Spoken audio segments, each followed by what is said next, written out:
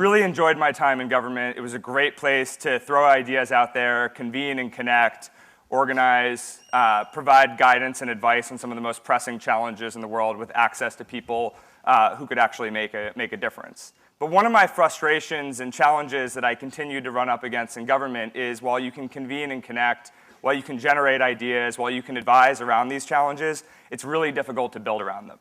And the more in government I saw us trying to get creative and trying to get stuff done, the more I realized we were increasingly turning to the private sector. It seemed every time we had a big idea, we were going to the private sector asking if they could help, asking if they could build things, asking if there's a way that they could bring their expertise and capabilities to some of these pressing challenges. And so when I was presented with an opportunity to leave the State Department and build out a new entity at Google called Google Ideas, I jumped at the opportunity. I figured, why not try to actually build something that was looking at these challenges from inside of one of the private sector companies that I had routinely engaged with during my time at the State Department. And Google Ideas was initially framed very vaguely as a think/do tank that was going to think about and act on global challenges in new and innovative ways, very broad with an open mandate. And it's based on this assumption that technology is part of every problem and part of every solution. And so if you think about any challenge in the world, whether there's an obvious or not obvious link to technology, there certainly is a role for these tools of the 21st century to play. And so we're organized by focus areas. And the focus areas are determined by challenges that, where there's not an obvious link to philanthropy, where the linkage to a technology company is less obvious and less natural, but they're still hugely pressing challenges. So when I thought about what's the first focus area that I really want to dive into, what's the first focus area that I think would be shocking to people for a company like Google to get involved with, but still critically important, I chose radicalization. Now, radicalization as a topic wasn't random for me. It's something that I've looked at for about 7+ years, 8+ years, and it's something that I'm deeply passionate about. And it's something that I felt like in government we were so limited in terms of what we could actually do around it. We were limited in who we could meet with. We were limited in who we could engage with. There were a lot of actors in the Middle East and South Asia and elsewhere that were very hesitant about engaging with the US government. Now, in addition to the personal passion, radicalization is probably one of the most, if not the most important unanswered challenge that we face today. It's the challenge that makes everything else in the world that much more dangerous. 52% of the world is under the age of 30. In Muslim communities around the world, 61% of the population is under the age of 30. The vast majority of those are at risk, either socially or economically or both. And a substantial portion of those at-risk young people seem to think that the best alternative that they have in life is to throw themselves at the feet of whatever violent extremist organization is closest to them, either in terms of identity or proximity. Now, before I actually tell you what this idea that we're going to pursue with Google Ideas is around radicalization, let me actually walk you through the whole process of this idea coming to fruition, because I want you to have the same kind of experience of different anecdotes and different interactions clashing together, ultimately leading to what we're going to be doing in June.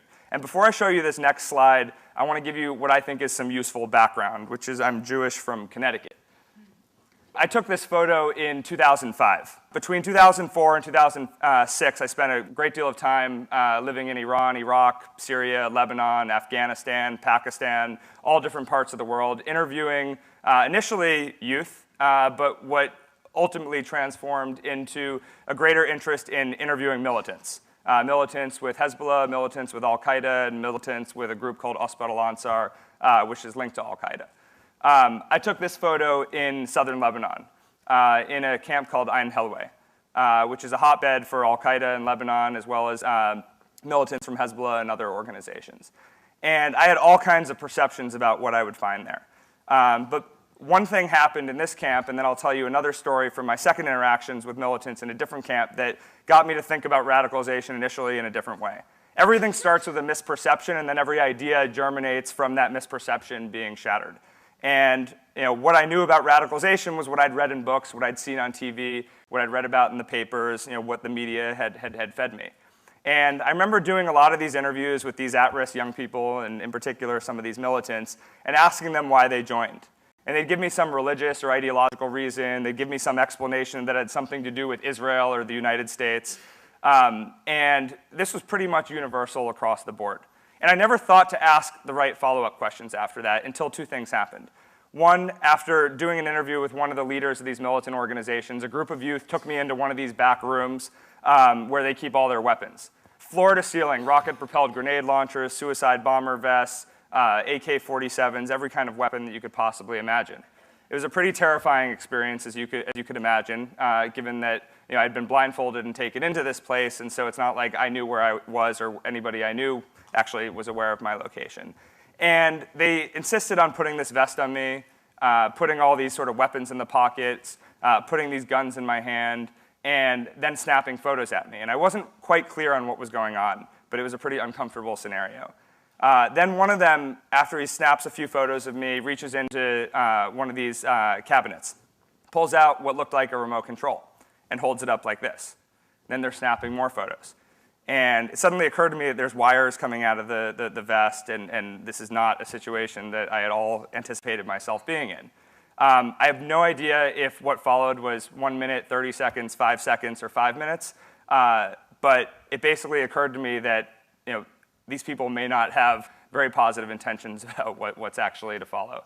And then they just burst out laughing. They were playing a practical joke on me and actually holding something that wasn't a remote control, but just some sort of weird kind of plastic device. And it was very, very strange to have this happen. I sort of talked to them about it afterwards, and they really thought there was nothing wrong with doing this. They actually thought they were trying to be funny.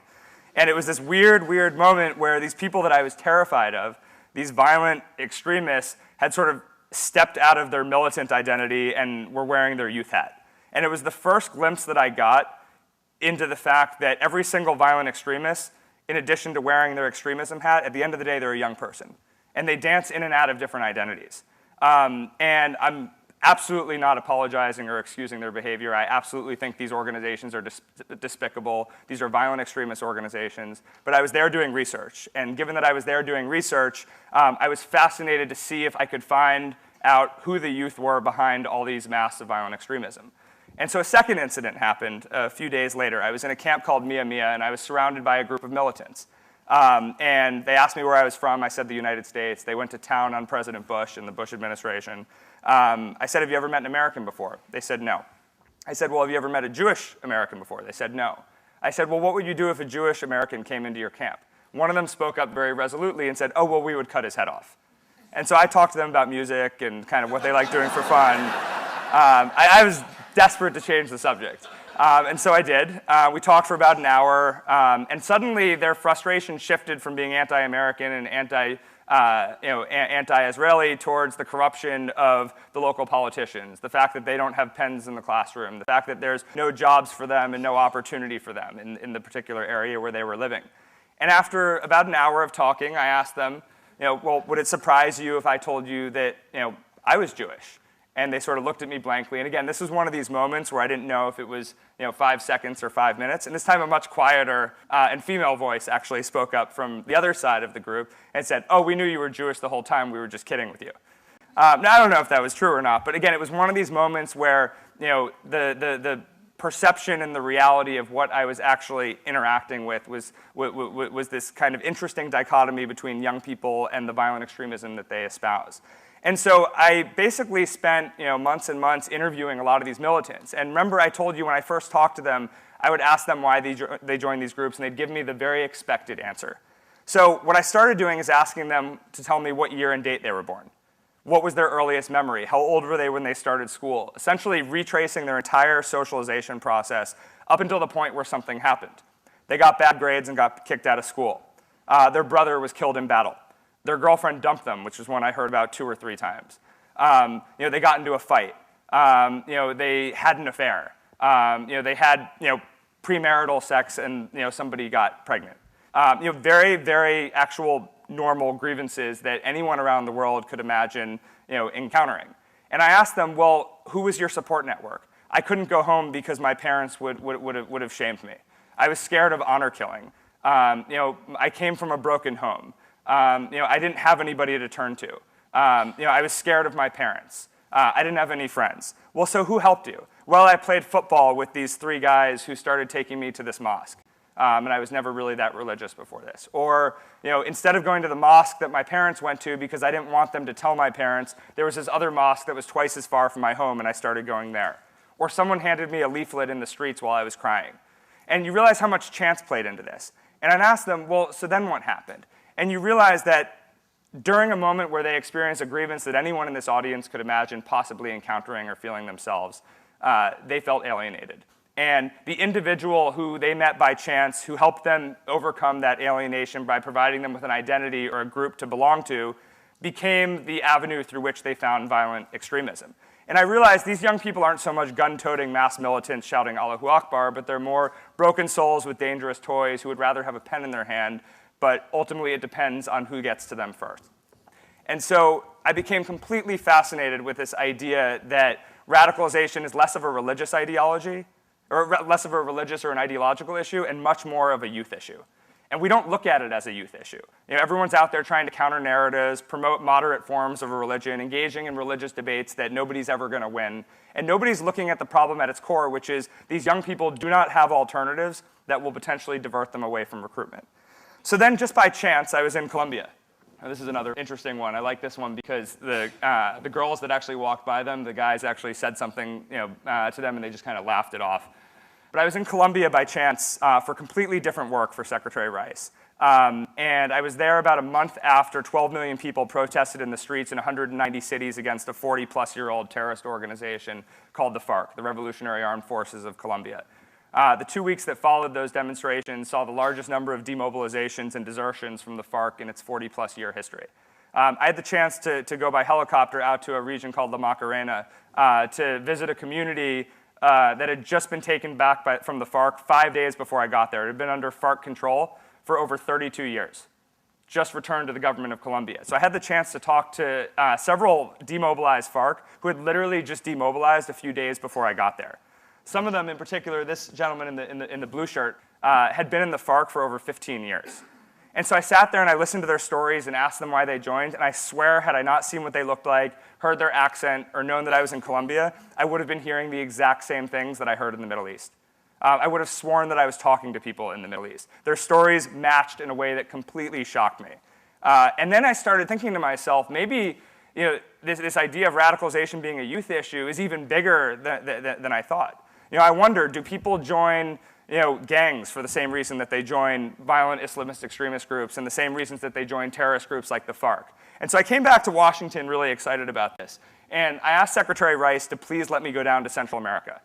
And I believe her response was, I really had no background in Central America. She knew me more as somebody with a background on Iran and the Middle East and terrorism. But she let me go because I had this hypothesis that if I went and talked to gang members in places like Guatemala, groups like 18th Street, Mara Salvatrucha, and others, that I may hear something similar to what I heard in the Middle East and what I heard in Colombia. So I did that, and I talked to dozens of current and former gang members. And again, I was shocked, this time less so than in Colombia, by how similarly their stories matched.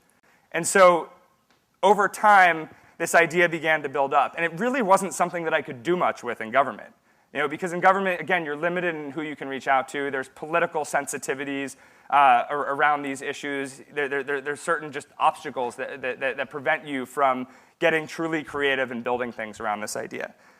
So when I went to Google, I decided that one of the first things I wanted to do to get people to think about and act on radicalization in different ways is, why not look at all the different former gang members, former religious extremists, former right-wing extremists, and former nationalist extremists. There's a lot of formers out there, former defined by people that were part of these groups, left, and are now actively and publicly working against them in full view of local government and law enforcement, who are the most credible voices against these violent extremist organizations. Nobody knows who they are. They're few and far between. They're disconnected. Any one of them on their own is so easy to discredit. They're very charismatic figures, and they're credible, which is the most important part.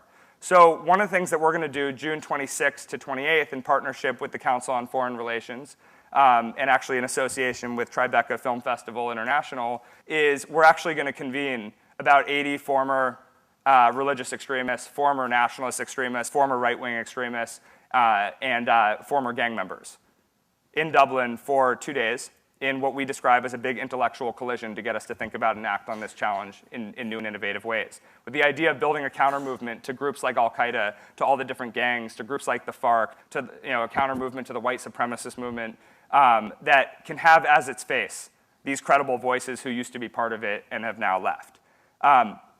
Imagine you get all these people together. You have former gang members from Haiti interacting with former members of the Bloods and Crips, interacting with former Ansari Hezbollah, interacting with former Jamaah Islamiyah, former Jamaah Islamiyah who trained to be, who had trained in militant activities, interacting with former neo-Nazis and former skinheads. I mean, just imagine all of this coming together, and then throw in some former FARC, some former ELN, some former Hizb ut-Tahrir, and nobody knows what could actually happen because those groups of people have never actually been brought together. Now, I've been doing this in the lead up to Dublin on a smaller scale, bringing together 6 different formers, bringing together 12 different formers. And what's amazing is you bring any number of them in a room together. They've never met formers from these other contexts, only from their own context. And it's only when they start talking to each other that they begin to realize how many similarities there are. And it's only when you realize the common denominators across all these groups that you actually realize that maybe we've all been solving for the wrong problem. That it's less of a battle of ideas, it's less about ideologies, and it's more how do we overwhelm these at-risk youth with substantive alternatives that can distract them off the path of recruitment. And the former gang member can teach the former Islamist can teach the former FARC can teach the former neo-Nazi. These stories are so compelling. And then we're also inviting about 20 survivors of terrorism and survivors of violence perpetrated by all these different groups. Now, what's interesting about what we're trying to do here is you wouldn't necessarily expect a company like Google to be doing this. Our mission statement is to organize the world's information, make it available, make it useful, do no evil in the process of trying to make the world a better place. Well, we all know radicalization is a challenge to the world being safe. And we believe that actually by bringing all these different perspectives together that haven't actually been convened and connected, we actually are organizing the world's information. We believe that finding tangible outcomes that can result from bringing them together and fostering this kind of intellectual collision, that we can actually make that information useful. And we believe that by taking what comes out of this summit and all the conversations and putting it online, we can make it available so that everybody from NGOs to academics to technology companies to just concerned citizens who actually care about this can actually do something productive with it. So, what are my takeaways from this? Scott asked me to leave you with a bunch of takeaways. And some of these may seem simple and obvious, but nonetheless, this is how I kind of break this down. The first is I think you have to be unbelievably excited about everything, an idea that you're working on. If you're not the most enthusiastic person around your idea, then it's going to be really difficult for other people to rally around it.